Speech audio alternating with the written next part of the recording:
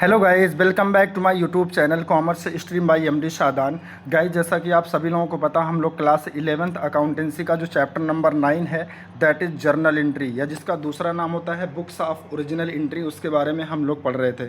Guys, last video में हमने आपकी जो डी के गोयल की बुक है उसका जो क्वेश्चन नंबर है वो 11, जो प्रैक्टिकल क्वेश्चन है उसमें क्वेश्चन नंबर 11 के बारे में हमने डिस्कशन किया था।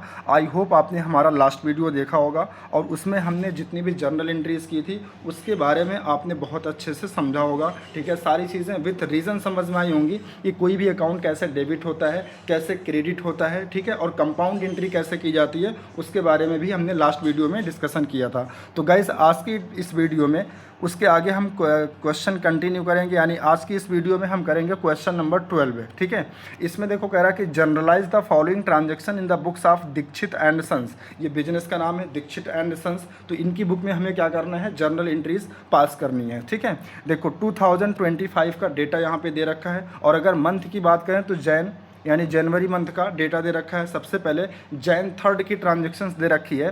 कह रहा है कि सोल्ड गुड्स टू शुभम, यानी जो शुभम है उनको गुड्स सोल्ड किया जा रहा है। सर कौन कर रहा है, तो बिजनेस कर रहा है। ठीक है, आप the list price of ₹75,000 for ₹70,000। अब यहाँ पे ध्यान से समझो, कह रहा है कि जो शुभम है जिनको गुड्स सोल्ड किया जा रहा है उस गुड्स का जो लिस्ट प्राइस है वो है 75,000, और सोल्ड कितने में किया जा रहा है, 70,000 में। अब बहुत सारे बच्चों को लगेगा कि यहाँ पे ये जो 5,000 का डिफरेंस है ना, यानी ये जो 5,000 का डिफरेंस है वो कैश डिस्काउंट है। लेकिन मैं आपको बताऊँ ये कैश डिस्काउंट नहीं है। कैश डिस्काउंट तब होता गाइस जब हम शुभम को गुड्स बेचते और शुभम से पैसा रिसीव हो जाता। ठीक है, यानी कैश बेसिस पर अगर ट्रांजैक्शंस करते। मैंने बताया था जो कैश डिस्काउंट होता है वो या तो कैश रिसीव्ड पर मिलता है या तो कैश पेमेंट पर मिलता है। अब क्योंकि यहाँ पे सोल्ड किया जा रहा है ना, तो रिसीव्ड के केस में कैश डिस्काउंट अलाउ होता है, लेकिन अभी पैसा शुभम से रिसीव ही नहीं हुआ है, तो फिर ये कैश डिस्काउंट तो नहीं हो सकता। ये बात 100% सही है। ठीक है, तो सर ये 5,000 का डिफरेंस क्या होगा, तो गाइज ये जो 5,000 का यहाँ पे डिफरेंस है इसको बोलेंगे ट्रेड डिस्काउंट। क्या बोलेंगे, ट्रेड डिस्काउंट, जिसकी हम रिकॉर्डिंग बुक्स ऑफ अकाउंट में करते ही नहीं है। हाँ, जो 5,000 का डिफरेंस है वो हम क्या करेंगे, जो लिस्ट प्राइस है गुड्स का यानी कि 75,000 उसमें से माइनस कर देंगे, यानी कि आप जो रिकॉर्डिंग करोगे वो 70,000 पर करोगे। ठीक है, ट्रेड डिस्काउंट को माइनस करने के बाद आई होप आपको मेरी बात समझ में आ रही होगी। ठीक है, तो आइए इसकी जर्नल एंट्री करते हैं। तो देखो सबसे पहले आप सोल्यूशन में आप ऊपर हेडिंग डालोगे क्या, journal entries in the books of Dikshit and sons, यानी दीक्षित एंड सन्स की बुक में हम क्या कर रहे हैं, जर्नल एंट्री कर रहे हैं। सबसे पहले जो जर्नल का फॉर्मेट है उसमें डेट का कॉलम मेंशन करेंगे। ठीक है, बनाएंगे, और सबसे पहले इसमें डेट मेंशन करेंगे जो कि 2025 गिवन है, और इसके बाद मंथ में जो डेट है, ठीक है, कौन सा मंथ है, तो जनवरी है, और जनवरी में भी कौन सी डेट है, 3rd। तो जैन 3rd की जो एंट्री करेंगे वो क्या करेंगे, शुभम के अकाउंट को डेबिट करेंगे। सर शुभम के अकाउंट को डेबिट क्यों करेंगे, क्योंकि देखो शुभम को जो गुड्स सेल किया जा रहा है वो कैश बेसिस पे नहीं है ना, क्योंकि उसमें कहीं पर भी ये नहीं लिखा है कि शुभम को जो सामान बेचा जा रहा है वो कैश बेसिस पर है। ठीक है, नेम दिया है, तो नेम का मतलब क्या, मैंने बताया था कि अगर क्वेश्चन में नेम दिया हो, कैश वर्ड मेंशन ना हो, तो वो क्रेडिट ट्रांजैक्शंस मानी जाती है। तो इसका मतलब यहाँ पर जो शुभम को सामान बेचे जा रहे हैं वो क्रेडिट बेसिस पर बेचे जा रहे हैं। और मैंने बताया था कि अगर कोई भी बिजनेस किसी कस्टमर को गुड्स सेल करता है on the basis of credit, तो वो जो कस्टमर होता है वो बिजनेस के लिए क्या होता है, डेटर होता है। क्या होता है गाइज, डेटर होता है, और डेटर बिजनेस की क्या होती है, असेट्स होती है, और असेट्स का इंक्रीज करना क्या करते हैं, डेबिट करते हैं। तो याद रखना, कभी भी अगर बिजनेस क्रेडिट बेसिस पर गुड्स को सेल करेगा तो हमेशा बिजनेस में क्या बढ़ेगा, डेटर बढ़ेगा, और डेटर का बढ़ना मतलब असेट्स बढ़ रहा है, और असेट्स का बढ़ना क्या होता है, डेबिट होता है। तो इसलिए यहाँ पे शुभम के अकाउंट को हम डेबिट करेंगे। और इसका जो दूसरा एस्पेक्ट है वो क्या है, सेल किया जा रहा है ना, गुड्स को सेल किया जा रहा है, तो सेल बिजनेस के लिए क्या होती है, रेवेन्यू होती है, और रेवेन्यू का बढ़ना क्या करते हैं, क्रेडिट करते हैं। तो इसीलिए यहाँ पे एंट्री बनेगी शुभम के account debit to sales account, और अमाउंट दिखाएंगे कितना, 70,000। याद रखना 70,000, 75 मत दिखा देना, या फिर 75 दिखा करके उसमें 5,000 का डिस्काउंट मत दिखा देना, क्योंकि वो जो 5,000 का डिस्काउंट है वो कैश डिस्काउंट नहीं है, वो ट्रेड डिस्काउंट है। ठीक है, और आपको पता है ट्रेड डिस्काउंट की हम रिकॉर्डिंग नहीं करते हैं, उसको हम माइनस करके दिखाते हैं। तो इसीलिए 75 में से 5,000 माइनस कर दिए, यानी कि 70,000 पर हमने दिखाया। ठीक है, तो आई होप आपको जैन 3 की जर्नल एंट्री और इसका जो रीज़न है वो समझ में आ गया होगा। इसका नरेशन हो जाएगा being goods sold to Shubham on credit. यहाँ पे देखो हमने मेंशन भी कर दिया है नरेशन में कि हम जो शुभम को गुड्स सोल्ड कर रहे हैं वो क्रेडिट बेसिस पर कर रहे हैं, ठीक है। चलो इसके बाद नेक्स्ट एंट्री देखते हैं।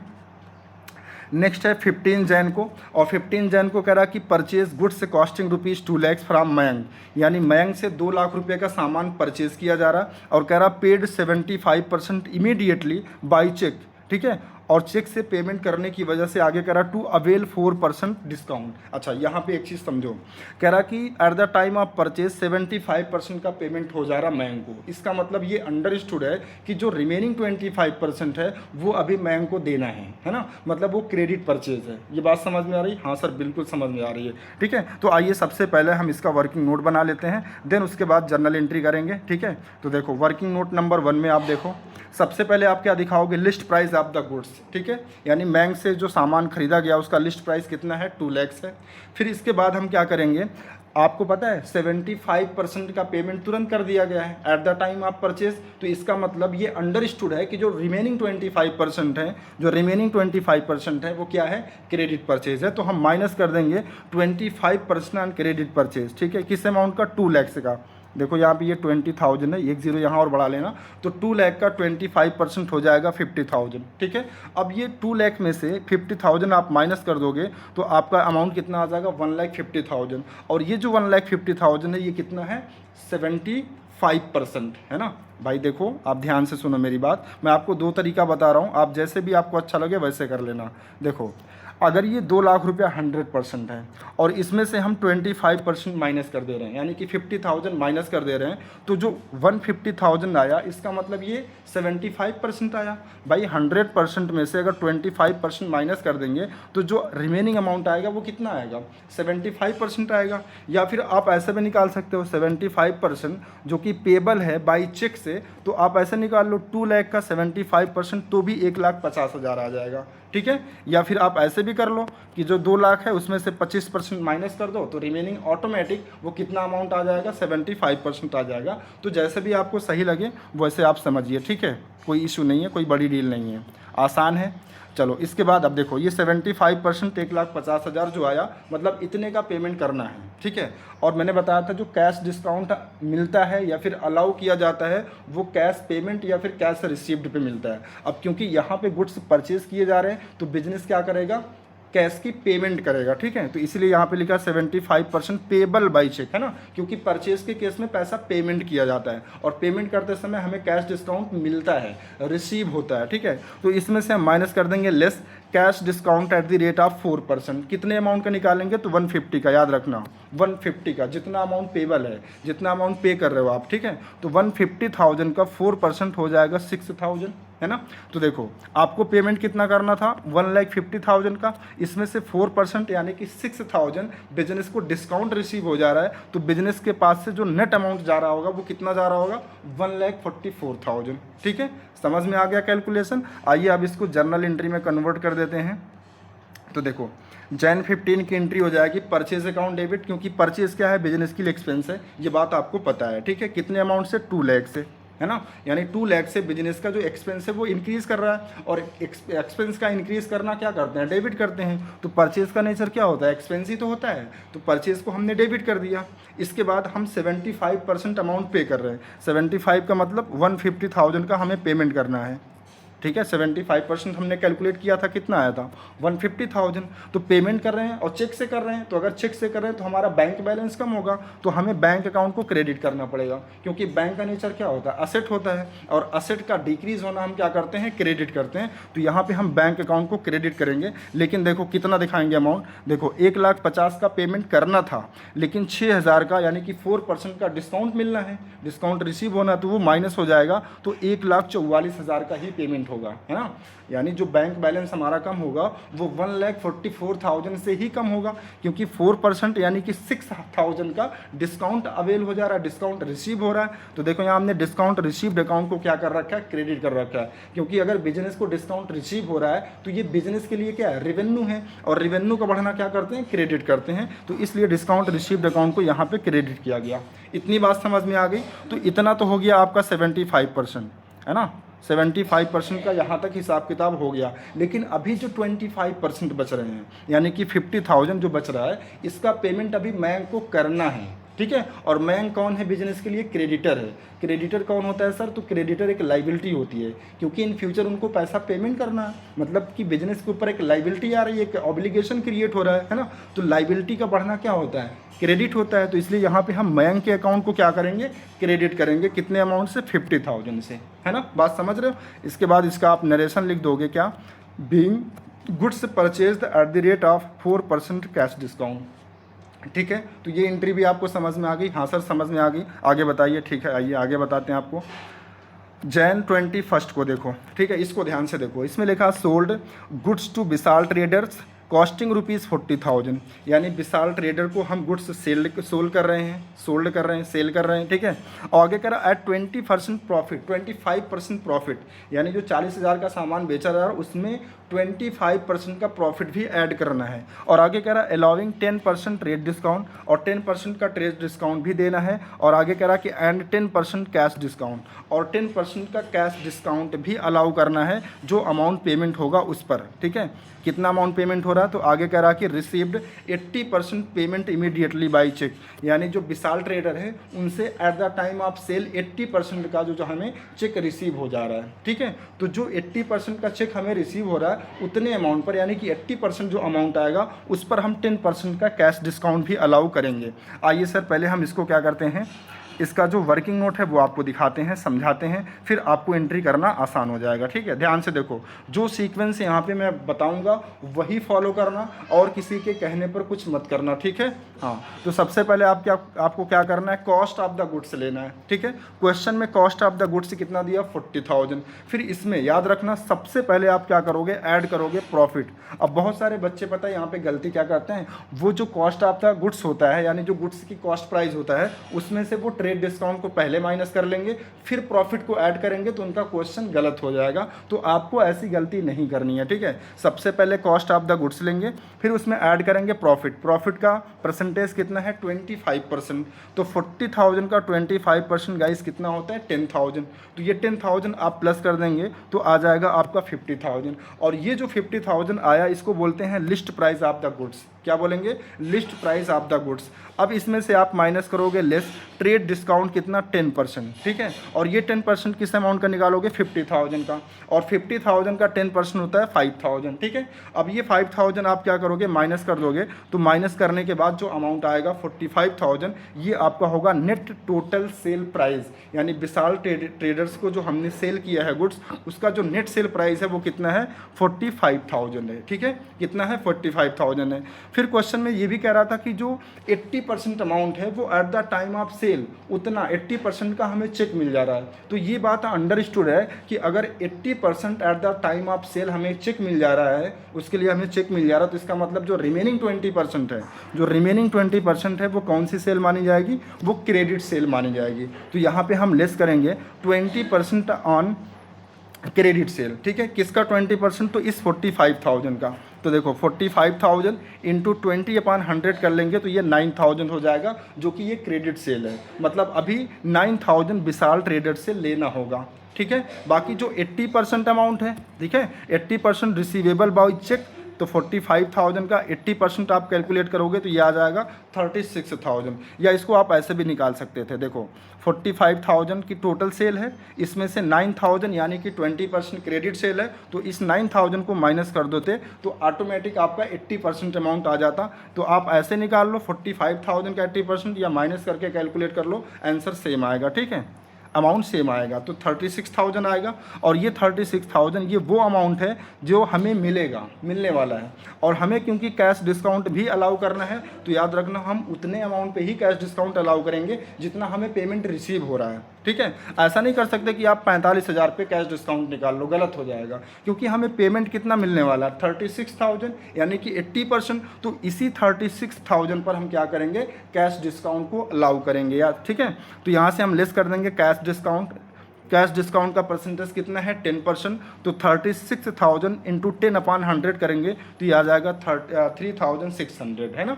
तो ये 36,000 में से 3,600 आप माइनस कर दोगे तो आ जाएगा 32,400, और ये वो अमाउंट होगा, देखो यहाँ पे लिखा है net amount received by cheque, यानी बिजनेस को जो नेट अमाउंट विशाल ट्रेडर से मिल रहा है 80%, वो कितना मिलेगा छूट देने के बाद, कैश डिस्काउंट अलाउ करने के बाद 32,400 यानी कि 32,400। ठीक है, आइए अब इसकी एंट्री बना लेते हैं, जर्नल एंट्री। तो देखो इसकी जो जर्नल एंट्री वो क्या बनेगी, 21 जैन को बैंक अकाउंट डेबिट।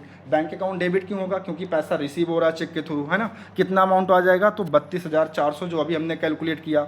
और सेल करते समय हमें डिस्काउंट अलाउ करना पड़ता है जो कि बिजनेस का एक्सपेंस होता है, तो डिस्काउंट अलाउड अकाउंट डेबिट कितना आ जाएगा 3,600 अभी हमने देखा था, है ना। बाकी जो रिमेनिंग 20% था वो अभी विशाल ट्रेडर से लेना है, यानी कि विशाल ट्रेडर अभी भी 20% के लिए डेटर बने रहेंगे। डेटर का मतलब असेट होता है, असेट का बढ़ना डेबिट होता है, तो विशाल ट्रेडर अकाउंट को डेबिट करेंगे 9,000 से, ठीक है।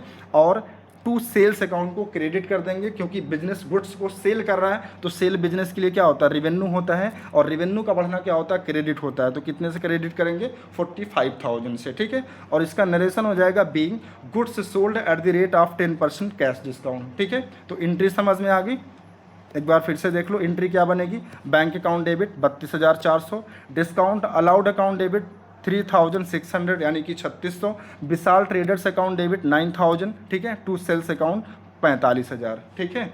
चलो इसके बाद नेक्स्ट एंट्री देखते हैं, शायद आज की लास्ट एंट्री होगी, हाँ आज की लास्ट एंट्री होगी 28 को। कह रहा sold goods to Brij and company costing ₹50,000, ठीक है। यहाँ पे भी देखो क्या किया जा रहा है, ब्रिज एंड कंपनी को गुड्स से सोल्ड किए जा रहे हैं 50,000 के, और यहाँ पे भी दिया है 40% प्रॉफिट, यानी 40% का प्रॉफिट भी ऐड करना है, allowing 10% trade discount and 5% cash discount. और फिर कह रहा है bridge and company paid the full amount, यहाँ देखो पूरा का पूरा पेमेंट हो जाएगा, तो क्रेडिट का कोई टेंशन नहीं है।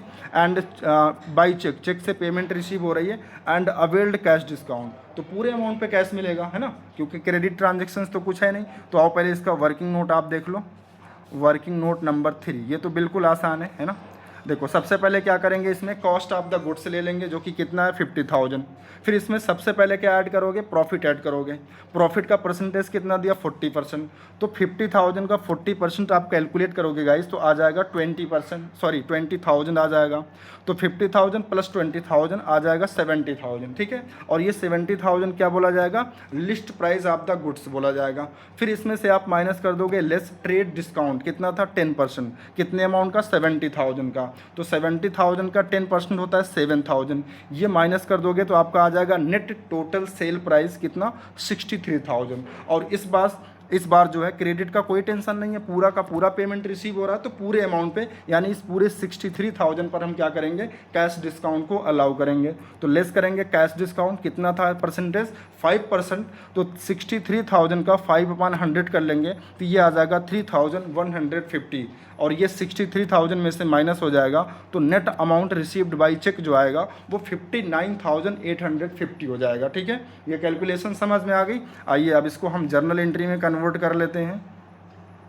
तो देखो इसकी जर्नल एंट्री हो जाएगी बैंक अकाउंट डेबिट, क्योंकि सेल के केस में क्या होता है, अगर हम गुड्स को सेल करते हैं तो पैसा रिसीव होता है, और क्योंकि पैसा चेक से रिसीव हुआ है तो बैंक बैलेंस बढ़ेगा। बैंक एक असेट है, असेट का बढ़ना डेबिट होता है। अमाउंट कितना आएगा 59,850 डिस्काउंट माइनस करने के बाद वाला, ठीक है। और सेल के केस में डिस्काउंट अलाउ करना पड़ता है जो कि बिजनेस का एक्सपेंस होता है, तो डिस्काउंट अलाउड अकाउंट डेबिट कितना आया था 3,150 आया था, और टू सेल्स अकाउंट हो जाएगा, क्योंकि सेल बिजनेस का रेवेन्यू होता है, रेवेन्यू का बढ़ना क्या करते हैं क्रेडिट, कितना हो जाएगा 63,000, ठीक है। और यहाँ पे कोई भी क्रेडिट वगैरह नहीं था, तो एंट्री आपकी बस यही बनेगी। और इसके बाद इसका नरेशन हो जाएगा being goods sold at the rate of 5% cash discount, ठीक है। क्लियर है, ओके। तो गाइस आई होप आपको आज का जो क्वेश्चन नंबर 12 मैंने डिस्कशन किया, ये आपको विथ रीज़न समझ में आया होगा, विथ और जो मैंने कैलकुलेशन समझाया वो भी आपको समझ में आया होगा। तो गाइस अगर आपको वीडियो पसंद लगा हो, ठीक है, अच्छा लगा हो, आपकी जो नॉलेज है उसमें कुछ एडिशन हुआ हो, तो प्लीज़ वीडियो को लाइक एंड शेयर ज़रूर करिएगा। और हाँ गाइस, अगर आप चाहते हो कि आप हमारी वीडियो को सीक्वेंस में, यानी जो क्वेश्चन दिए हैं आपकी बुक में प्रैक्टिकल क्वेश्चन, उसको सीक्वेंस में क्वेश्चन 1 2 3 करके ऐसे आप देखना चाहते चाहते हो तो आपके लिए मैंने एक प्लेलिस्ट बना रखा है, आप उस प्लेलिस्ट को फॉलो करें।